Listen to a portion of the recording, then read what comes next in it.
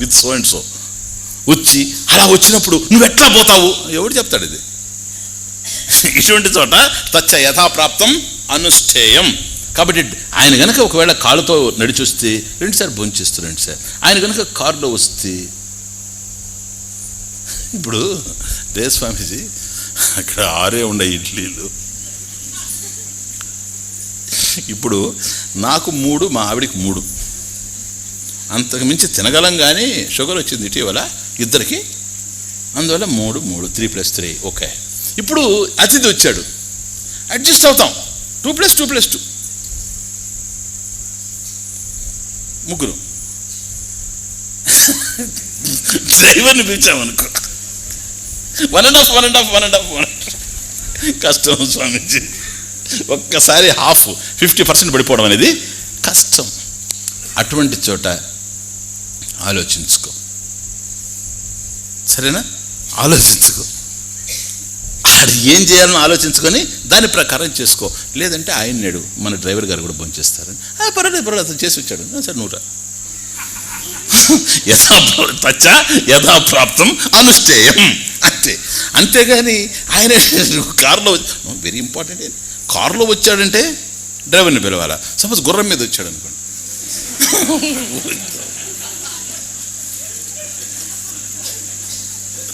స్వామీజీ మరి ఈయన భోజనాన్ని పిలిచి గుర్రం కోసం ఉలవలు తెమ్మంటారా?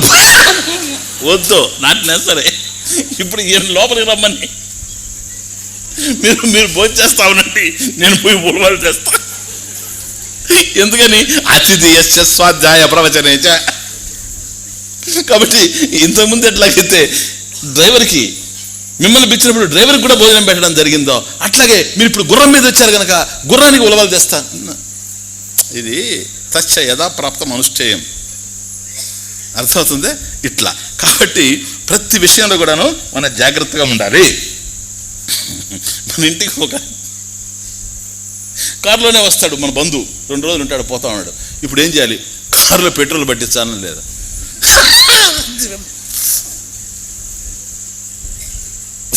ఏం చేయాలి చెప్పండి? అప్పుడు తచ్చ యథాప్రాప్తం అనుష్ఠేయం. పూర్వం కనుక నీకు పట్టించుంటే పట్టించు, నిన్ను నీ దారిలో నిన్ను పట్టించుంటే నువ్వు ఆయన దారిలో ఆయన పట్టించు, సరేనా? ఇదంతా కూడా ఒకవేళ చేయగలిగితే చెయ్యి, చేయలేనప్పుడు అర్థం చేసుకో. కాబట్టి ఇదమిద్ధంగా ఏం చెయ్యాలి అంటే లాభం లేదు. మనం ఆలోచించుకుంటూ పోవాలి. ఎవరికన్నా ఏదన్నా ఇస్తాం, దానికంతా ఆలోచించాల్సిన అవసరం లేదు. ఇప్పుడు ఎవరైనా పెళ్ళికి పిలుస్తారనుకోండి, పెళ్ళికి పోయేటప్పుడు తచ్చ యథాప్రాప్తం అనుష్ఠేయం. ఇతను అడుగుతాడు ఆవిడని పిలిచి, మన చిన్నమ్మాయి పెళ్లి జరిగినప్పుడు వచ్చారే, వాళ్ళు ఏమన్నా మనం చదివించారా?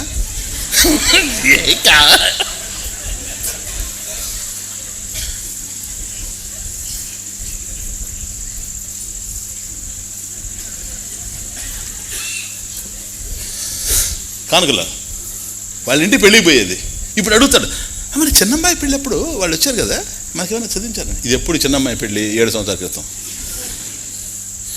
ఆవిడ టిపికల్ ఆన్సర్ ఇస్తుంది, ఎవరేమి ఇచ్చారో నువ్వేమైనా చూపించి చదివిస్తానా?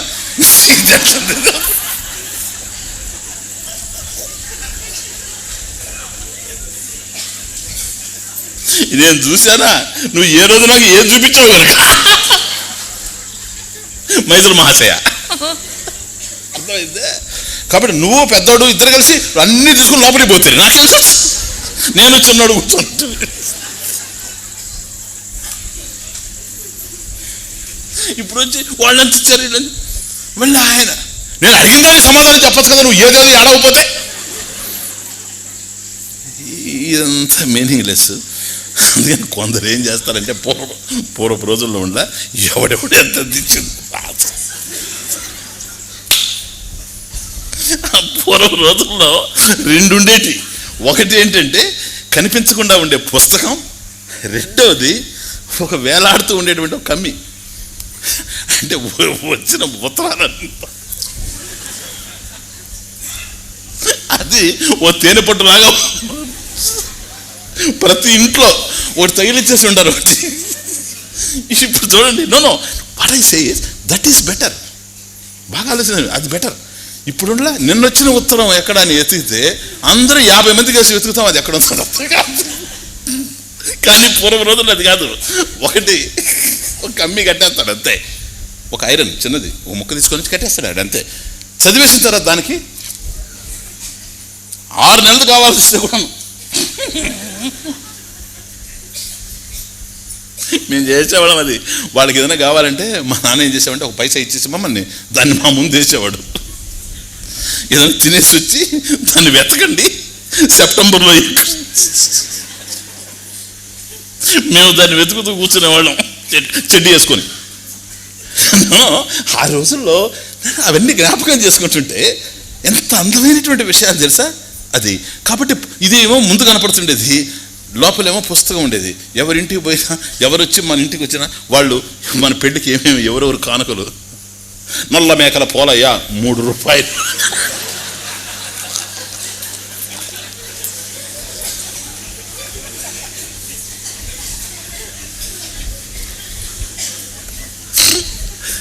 నవ్వుతుంటారు మీరు. 3 రూపాయలంటే ఆ రోజుల్లో 3 lakhs అని అర్థం. చిన్న విషయం కాదు అది 3 రూపాయలంటే. నేను ఎందుకో వచ్చి ఒక మాట చెప్తుంటే వాళ్ళు ఎవరు నమ్మలే. నేను అనగా ఇక నమ్మలేని వాళ్ళు ఇంతే పోండి నేను. ఎందుకంటే ఎప్పుడంటే అప్పుడు వచ్చి చాకలి బట్టలు తీసిపోతుండేవాడు పూర్వం. ఎప్పుడంటే అప్పుడు ఎప్పుడు కావాలంటే అప్పుడు తీసిపోయాడు, ఉతికిచ్చేసేవాడు. వాడికి రోజు వచ్చేది అది అతిథి. చూడు మన పని చేస్తున్నాడు కదా, ఆ రోజులు అట్లా తృప్తి పడేవాళ్ళు అందరూ. అందువల్ల ఒక గంప తీసుకొని వచ్చేవాడు, ప్రతి ఇంట్లో భోజనం పెట్టాడు. మధ్యాహ్నం ఆ గంప తీసుకొని వచ్చేవాడు, కొన్ని ఇంట్లో భోజనం, కొన్ని ఇంట్లో రాత్రి భోజనం, అలా తీసుకొని పోతాడు. నెల అయిన తర్వాత ఒక్కటే 1 రూపాయి, ఓన్లీ 1 రూపీ. ఇట్లా 20 మంది కనుక ఉతికితే 20 రూపాయలు వస్తే that fellow was very very happy. అర్థమవుతుంది. అంటే ఆ రోజుల్లో ప్రతి మనిషికి ఒక సంతృప్తి అనేది ఉన్నది, చేసే విషయాలు సంతృప్తి. కారణం ఏంటంటే ఒక యజ్ఞభావం. కేవలం మనం ఏదో చేస్తున్నాం, ఏదో కూలికి చేస్తున్నాం అనేటువంటి భావన కాకుండా మనది అనేటువంటి ఒక అభిప్రాయం అందరిలో ఉండేది. దీనికి నేను ఎందుకు ఇవన్నీ చెప్తున్నానంటే వీటన్నిటి వెనక మన కల్చర్ ఉంది అంటాను, వీటివన్నిటి వెనక మన సంస్కృతి ఉంది. శాస్త్రం తెలియకపోయినా కూడా వీటిని ఆచరించేటువంటి వాళ్ళు. కారణం ఏంటంటే దీన్ని సంప్రదాయం అంటారు.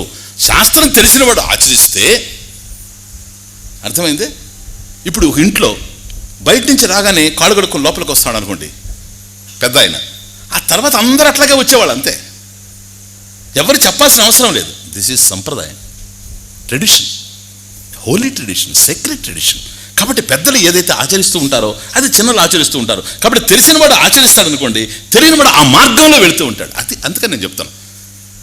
కాబట్టి అలా జరుగుతూ ఉండేది. ఇదంతా కూడాను మానుషమితి లౌకిక సంవ్యవహార. కాబట్టి మానుషంచ స్వాధ్యాయ ప్రవచన్నేచ, తర్వాత ఉండే ప్రజాచ, ప్రజనచ్చ, ప్రజాతిశ్చ.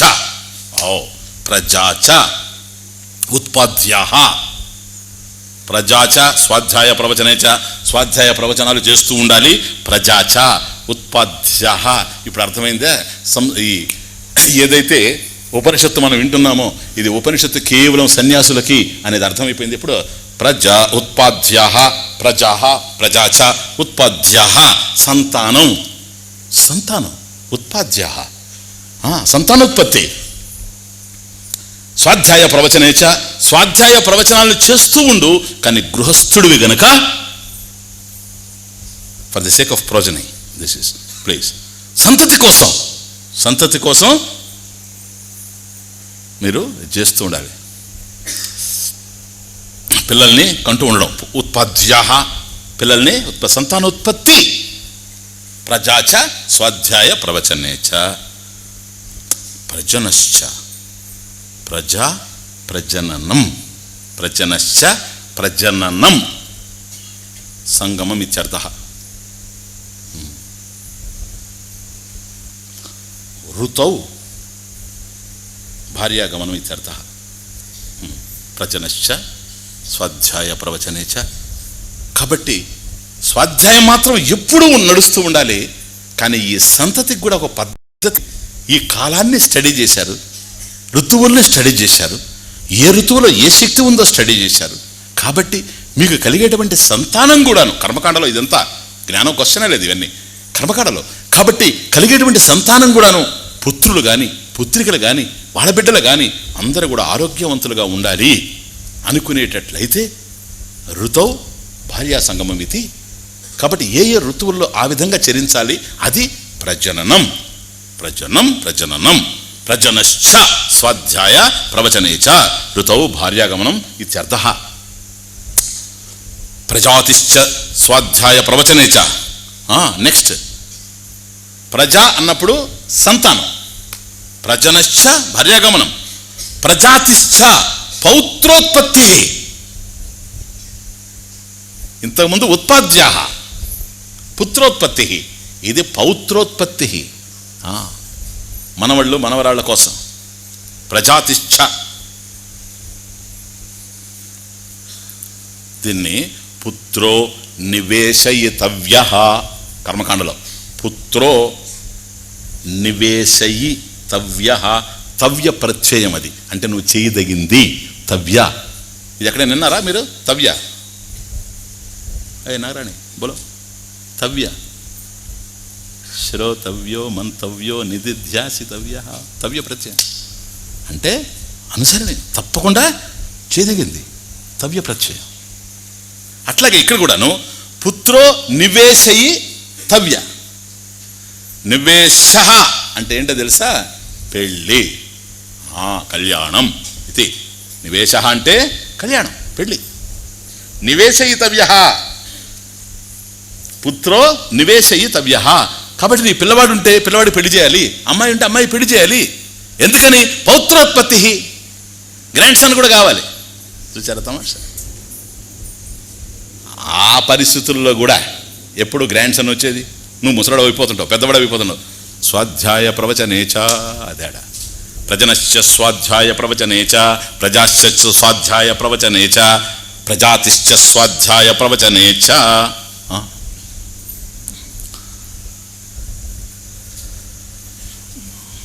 కాబట్టి ఉపనిషత్తు చదివినా నీవు వివాహం చేసుకోవాలి. వివాహం చేసుకున్న తర్వాత ప్రజాచ ఉత్పాద్యా, ఆ తరువాత ప్రజనశ్చ, ఆ తరువాత ప్రజాతిశ్చ. కాబట్టి వివాహమైంది, వివాహమైన తర్వాత నీకు పిల్లలు కలగాలి, పిల్లలు కలిగిన తర్వాత వాళ్ళకు కూడా పిల్లలు కలగాలి. అంతేగాని మీరు ఎట్లన్నా పోండ్రా, మా నాన్న నాకు పెళ్లి చేయలేదు నీకు కూడా చేయను, ఇదంతా పిచ్చి చేష్టలు. మీ నాన్నకు తెలియదు, మీరు ఫూలు. ఆయన బాధ్యత లేకుండా ఉన్నాడు, నువ్వెందుకు బాధ్యత లేకుండా ఉంటావు? ఇప్పుడు ఇయ్యకుండా మాట్లాడుతున్నారు. ఇదిగో నేను చిన్నప్పుడు మా నాన్న అసలు నన్ను పట్టించుకోలే, నేనే చదువుకొని ఇంత గొప్పన్నాయ్యా. అరే అందుకని ఇంత బాగా మాట్లాడుతుండవు, పట్టించుకుని ఇట్ట మాట్లాడావు. అర్థమవుతుంది? కాబట్టి ఎవరో చేసిన తప్పుని మళ్ళీ మనం చేయాల్సిన అవసరం లేదు. ఇక్కడ కూడా వాళ్ళని తప్పు అనాల్సిన అవసరం లేదు. ఎందుకంటే పితృదేవోభవ మాతృదేవోభవ, వాళ్ళు ఆ విధంగా ప్రవర్తించారంటే వాళ్ళకున్న పరిసరాలు, వాళ్ళకున్న వాతావరణం, వాళ్ళకున్న విద్య, వాళ్ళు పెరిగినటువంటి పరిస్థితులు ఇవన్నీ అట్లుంటాయి. We have to understand them, we have to sympathise them, because they are our people. వాళ్ళు ఎవరో కాదు, మన వాళ్ళే. చాలామంది తల్లిదండ్రుల మీద విపరీతమైనటువంటి ఒక ద్వేషాన్ని పెంచుకొని ఉంటారు. This is wrong. ఎందుకంటే నన్ను బాగా పెంచలేదు, నన్ను బాగా పెంచుంటే నేను బాగా పైకొచ్చేవాడిని. నన్ను పెంచగలిగితే పెంచుండేవాళ్ళు. వాళ్ళ ఇన్ఎబిలిటీ కూడా నువ్వు అర్థం చేసుకో. కానీ ఏది ఎట్లా ఉండినా ఈరోజు నిన్ను నువ్వు సంస్కరించుకుంటూ ఉండినా నీకు ఈ దేహాన్ని ఇచ్చింది వాళ్లే గనక please be grateful to them. ఎందుకని? కృతజ్ఞుడుగా ఉండాలి. వాళ్ళు ఇచ్చారు నీకు ఈ దేహం. ఈ దేహం ఎందుకు? ప్రారబ్ధ క్షయం కోసం. నీ ప్రారబ్ధాన్ని నువ్వు కడిగేసుకోవడానికి ఈ దేహం లేకపోతే లాభం లేదు. శరీర మాధ్యం కలుధర్మ సాధనం. కాబట్టి నువ్వు ధర్మాన్ని ఆచరించాలి అన్నా, జ్ఞానాన్ని పొందాలన్నా ఈ దేహం ఉంటేనే. ఈ దేహం ఉంది కనుకనే నీవు ఎక్కడో సికింద్రాబాద్లో ఉండవు, ఎక్కడో ఇంకొక ఊరిలో ఉండవు. అక్కడి నుంచి ఎందుకు వచ్చావు ఇక్కడికి? కావలసినవన్నీ అక్కడ ఉన్నాయి, సినిమాలు అక్కడ ఉన్నాయి, భోజనాలు అక్కడ ఉన్నాయి. అర్థమవుతుందా? ఎందుకు వచ్చావో తెలుసా? ఇక్కడికి జ్ఞానం కోసం వచ్చావు. అందువల్ల ఈ దేహాన్ని తీసుకొని వచ్చావు. ఈ దేహాన్ని తీసుకొని నువ్వు వచ్చి జ్ఞానం అందుకుంటూ ఉండవు. ఓకే, ఆ దేహాన్ని నీకు ఇచ్చింది వాళ్ళు. కాబట్టి తల్లిదండ్రుల విషయంలో వాళ్ళు ఏదైనా చేసి ఉండని, సరేనా, వాళ్ళని అర్థం చేసుకోవాల్సిందే. కానీ ఎట్టి పరిస్థితుల్లో ఒకవేళ ఇంతకుముందు తెలియకుండా ఏదో అన్నాము అని ఇప్పుడు తెలిసింది కదా, దానికి రిపెంట్ కావాల్సిన అవసరం లేదు. తెలియని వల్ల అన్నానే కానీ ఇప్పుడు తెలిస్తే ఇంక నేను అనను గనక మళ్ళీ అదే అకర్త, అహం అకర్త, అజ్ఞానమే దాంట్లో, నాదేమీ లేదు. ఇది ఒక అవగాహన. ప్లీజ్. కాబట్టి ఈ వివాహం, పిల్లలు కలగడం, వాళ్ళకి పెళ్ళిళ్ళు చేయడం, ఇదంతా కూడాను దేనికోసము? సంతతి కోసం. వేదంలో కర్మకాండలో ఏం చెప్తాడంటే, నేను యజుశాఖాధ్యాయిని. సిరీస్, నేను యజుశాఖాధ్యాయిని అంటే యజుర్వేదాన్ని నేను అధ్యయనం చేస్తాను. మరి నేను మరణించిన తర్వాత నా బిడ్డ దాన్ని కంటిన్యూ చేయాలి. అర్థమవుతుంది? అందువల్ల జ్ఞానం నిత్య ప్రవాహంగా ఈ ప్రపంచంలో ఉండాలి కనుక నాకు బిడ్డలు కావాలి. అది ప్రాజరీ. సంతతి దేనికోసం?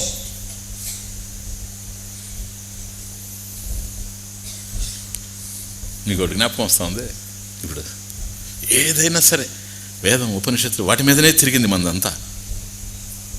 రామాయణంలో లక్ష్మణస్వామి పాడుతూ ఉంటాడు చూశారు, భూమి నుంచి పుట్టింది సీత అని వాళ్ళు పాడితే తమాషా, సంతతి కోసం అయోధ్యలో పానం చేశారు పాయసం, కన్నడము కూడా కష్టమేనని మిథిలలో మాకు తెలిసిందిలే, భువి నుండి మహిళలు పుడతారని.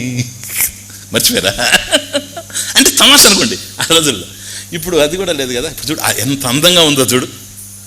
ఏమయ్యా మీ నాన్న కేవలం పిల్లల్ని కనడానికి ఏదో పుత్రకామేష్టి యాగం చేసేసి అక్కడి నుంచి పాయసం తీసుకొని వచ్చి మీ ముగ్గురు అమ్మలకి ఇచ్చేస్తే వాళ్ళు తాగేస్తే మీరు వచ్చేసారు లేవయ్యా మాకు తెలుసు కానీ అని అంటే, సరే మేము సంతతి కోసం పాయసం తాగాడు మా నాన్న,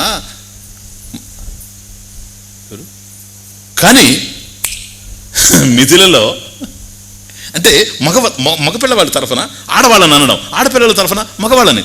తమాషా చూడండి ఆ రోజుల్లో. అది పెళ్ళిళ్ళ దగ్గర కూర్చుండి ఎంత ఆనందం, ఎంత సీన్ అది. కాబట్టి మేమన్నా పాయసం తాగితే పిల్లలు పుడితే, మీరు అట్లా కాదులే భూమిలో నుంచే పుట్టారని మాకు అర్థమైంది అంటే సీతమ్మ. చూచారా, మహి నుండి మహిళలు పుడతారని సంతతి కోసం.